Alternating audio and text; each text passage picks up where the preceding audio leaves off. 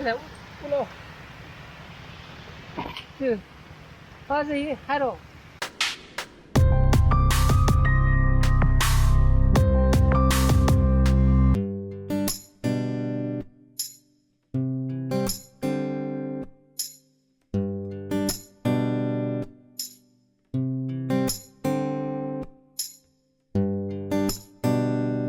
Good morning guys,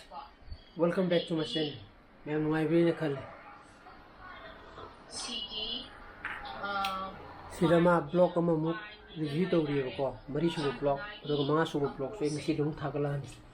अदुगा अकोन बगी blog तुना हयें होरेन नत्रगन हयें की कपुता नि दु ngasi di ब्लॉग नि thagala ne bako lei gi to twene gi to tura mai thana makata na ito gum ngom re wa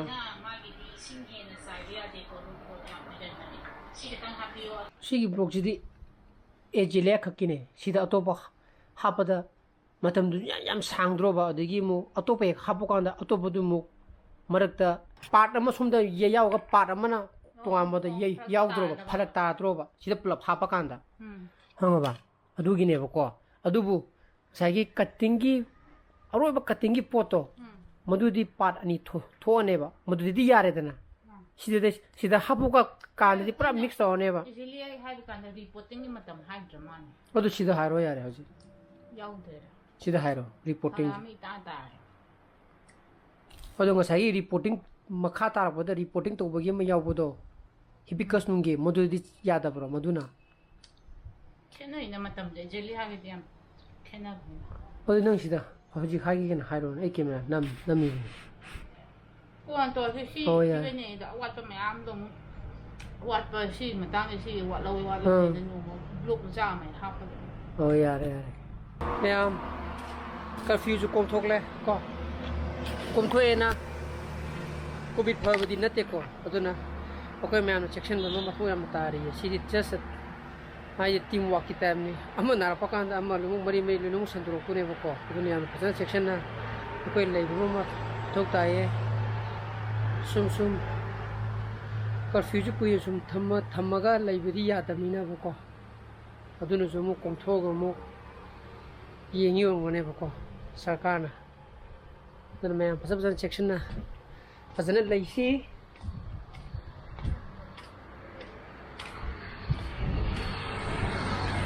तो कोई बा कुन्ना के काखला कुनी इधर लोग चलिला pero no mudi kai jitara asti coming communication saja suara nak kam kanda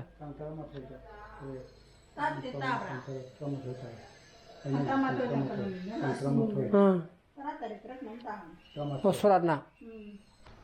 sida ije video ani magne upload tauri je friend me loina mudu yang birani da haidi hana yeng phangane ba siana सी blog से था थागलक ची कांदा बा को मसी पुंगलोय तोसलागे न queen ही blog ma'am जो लेमु खरावना गायना मानि दगी मतम जुमु हेंदोकरनी को लैनु थाबगे उदी खलगा एजिंग सादेगी एडिटिंग तोबने लास्ट पार्ट से मिनिट याम सांगदरी मिनिट 30 मुक सांगदरी बको सिजो इंगमदि ngasi लोइनमु थागलकनी थागलक बोरगदि मैम ngasi लोइनमु येंबो फंगने बको अदुना हजि पुंग अमा मिनिट ट्रांग संगरे एडिटिंग लोइद्री मिनिट टाइम थोइमु वाली बको एडिटिंग तौगदब अदुना चा कमता फोरागा सिदा फु ओगा सान अमतंग इंतंग चेक तौबिगे बको चा अमता लौरिगे मैम दि लोंग चाक चारा करेबा सिलेरा एजे चा ती थोंगे म सिसु जिरोंगु तावरे मोरोक अते पनि मगा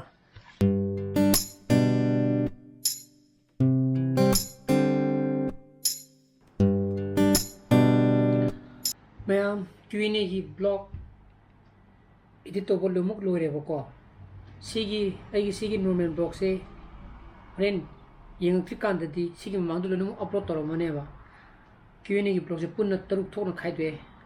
1 2 3 4 5 अदो लास्ट पार्ट हैपन गो बको अदना मैम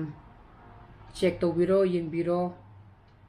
अदुगा चितन अंदब लेरगजु इन पिना हाबुगम नको ꯑꯇꯣꯞꯄ ꯕ꯭ꯂꯣꯛꯇ ꯑꯗꯨꯝ ꯍꯪꯕꯤꯅꯤꯡꯕ ꯂꯩꯔꯒꯁꯨ ꯑꯗꯨꯝ ꯍꯪꯕꯤꯔꯣ ꯃꯥꯅ ꯑꯗꯨꯝ ꯑꯗꯣꯝꯒꯤ ꯑꯟꯁꯔ ꯍꯥꯏꯇꯥꯔꯦꯀꯣ ꯑꯗꯨꯝ ꯈꯨꯝꯖꯔꯖꯅꯦꯕꯀꯣ ꯑꯗꯨꯅ ꯃꯌꯥꯝ ꯑꯝꯇꯪ ꯆꯦꯛ ꯇꯧꯕꯤꯔꯣ ꯄꯨꯡꯂꯣꯏ ꯂꯣꯏꯔꯦ ꯁꯤꯗꯀꯣ ꯄꯨꯡ 4 ꯇꯥꯈ꯭ꯔꯦ ꯍꯧꯖꯤꯛ ꯅꯣꯡꯁꯨ ꯀꯟꯅ ꯆꯨꯔꯦꯕꯀꯣ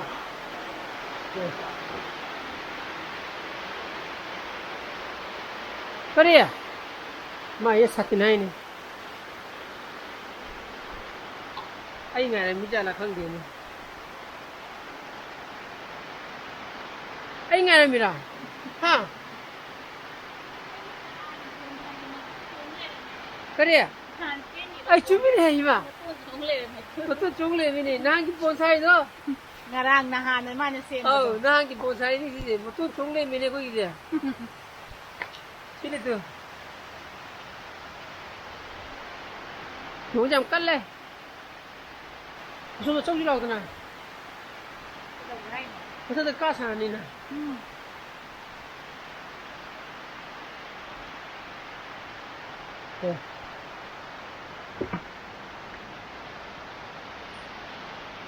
ai gamla cái nong dong puthok amuk chingjan amuk puthok amuk chingjan gamla se kai ꯀꯛꯆꯤꯡꯗꯒꯤ ꯊꯥꯏ ꯉꯥꯛꯇꯅꯦ ꯃꯁꯤ ꯃꯌꯥꯝꯁꯦ ꯁꯤꯒꯤ ꯕꯣꯒꯦꯟ ꯕꯦꯂꯤꯌꯥ ꯃꯌꯥꯝꯁꯦ ꯁꯤꯁꯦ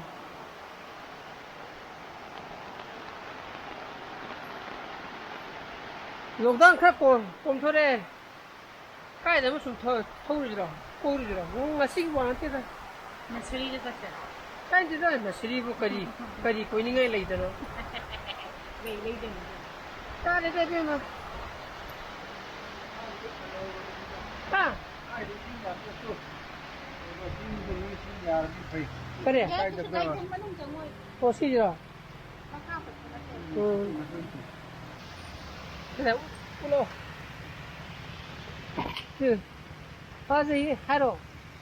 Zabra mayam khataru ki mang ge ni cutting tawbane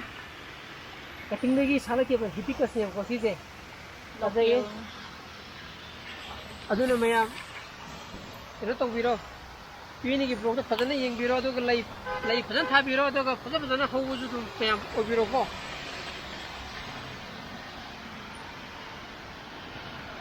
근데 미면 가이 정전날이 이제 아빠기 막하기 시기로다 농투비니 강에 보이지도 또도 가미 시리즈 농투뿐만 내라 어디 시리즈 농투뿐만 내려 보고 매야 에쇼 빅터라고지 렘나 왜 얘들아 hibiscus ki pambi pam abdo ki sa se lo ya ni ki cutting dei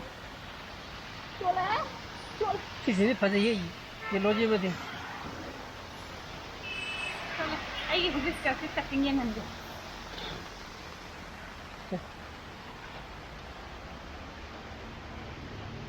ai hibiscus cutting ni ko si hang do ba ngatan cái phải xài bag cả trong khẩu này là nó vượt tháp rồi hibiscus cutting này mà chú bi nên là phụ nữ sẽ cái này cũng chia mà kia ba ha asim mà thật ba cái này thế nào cái này hay nào ba sao vậy ra là sao vậy ra bắt số ơi chưa bắt số cái sân gì phải giờ 맞아, 참 같이 하래. 맞아, 맞아. 맞아, 여기 선대. 응.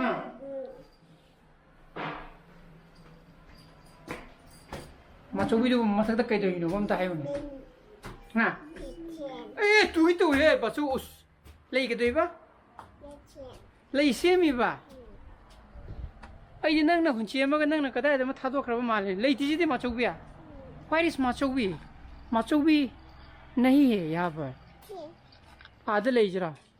आइए माचोगी नहीं दिखता भूत नहीं देखी थी भूत मरांग तुरांग भी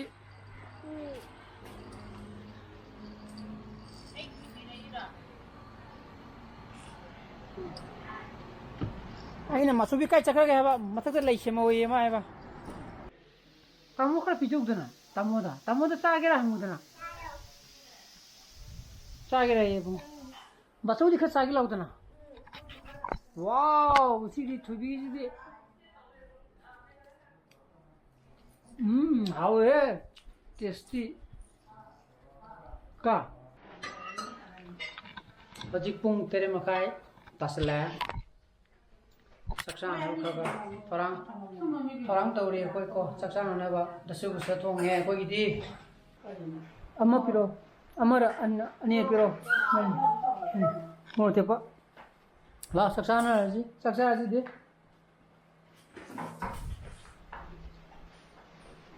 Koi badi without shot. Masa mo ko ni na ko. Beli ke thoi jodra se. One pack berry. Chak tu ya. Adon ai ngasi gi post ni mata ni roshan saragi post pa mi thog di mayam like to video mo share to video ano videos or video subscribe to video mo ko kisana fazile video so please be safe and be healthy bye bye good night